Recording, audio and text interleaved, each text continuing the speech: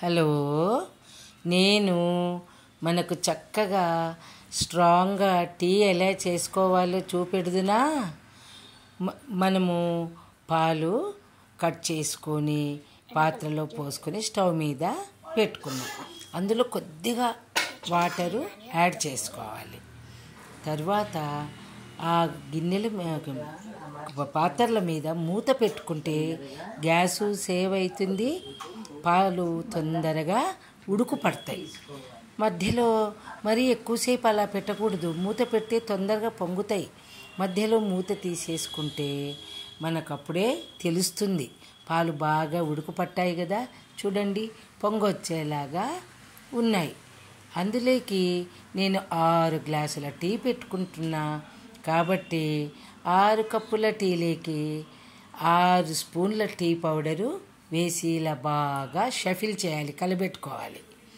తర్వాత ఏం చేద్దామంటే, టీ బాగా స్ట్రాంగ్గా రుచిగా ఉండాలంటే అందులోకి నేను ఒక 6 ఇలాచీలు తీసుకొని బాగా దంపి,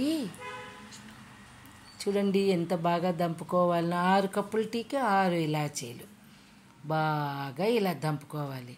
దంపానా? చూడండి,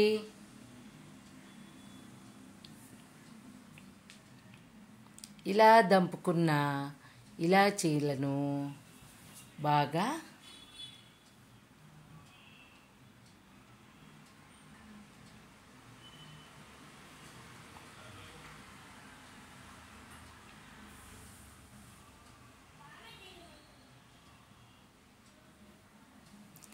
టీలోకి మనము క్లీన్గా ఊడ్చి వేయాలి. టీలోకి వేసా కదా, తర్వాత బాగా కలిగి పెట్టుకోవాలి. టీ ఎక్కువ మంట పెట్టుకోకూడదు ఫ్లేము, ఎందుకంటే పొంగిపోతుంది. మీడియంగా పెట్టుకొని కలబెట్టుకోవాలి. తరువాత మనకు ఆరోగ్యం కొరకు చిన్న అల్లం ముక్క కూడా తీసుకొని, ఇష్టమైతే కొద్దిగా పెద్దది, లేకపోతే కొద్దిగా చిన్న ముక్క తీసుకొని బాగా ఇలా దంపుతూ ఉండాలి. చూడండి ఎంత బాగా మెత్తగా అయ్యేలాగా దంపుతున్నామో.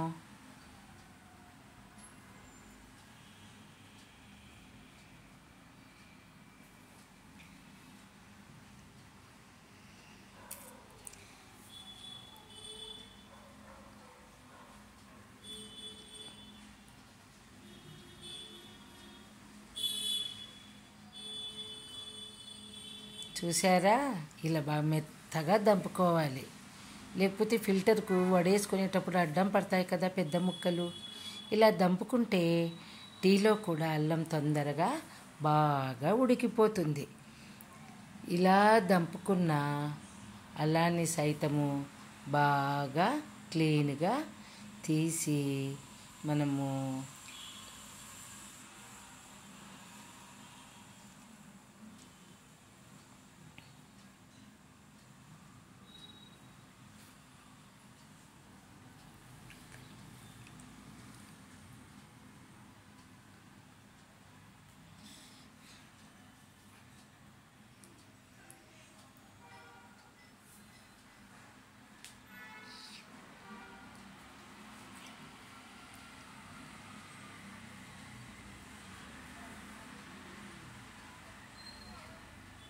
తీసుకొని, మెత్తగా అయింది కదా బాగా, దీన్ని మనము ఆ ఉడికే టీలో వేసేయాలి.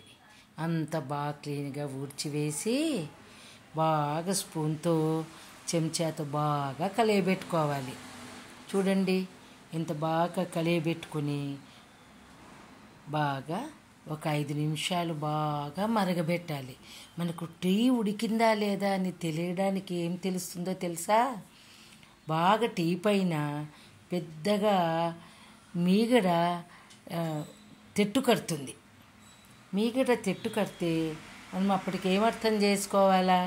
అల్లము, ఇలాచి, అన్ని పాలు, ఒక కాఫీ టీ పౌడర్ అంతా బాగా ఉడికి టీ చక్కగా తయారైందని మనం అనుకొని ఆ టీని జాగ్రత్తగా వడేసుకొని ఇలా తగినంత చక్కెర, బెల్లము కలుపుకొని చేసుకోవాలి. బాగుంది కదా అమ్మా. నా ఛానల్ని లైక్ చేసి,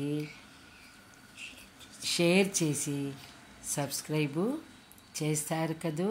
ఇలా కప్పులో పోసుకోవాలి, మళ్ళీ మర్చిపోయారు.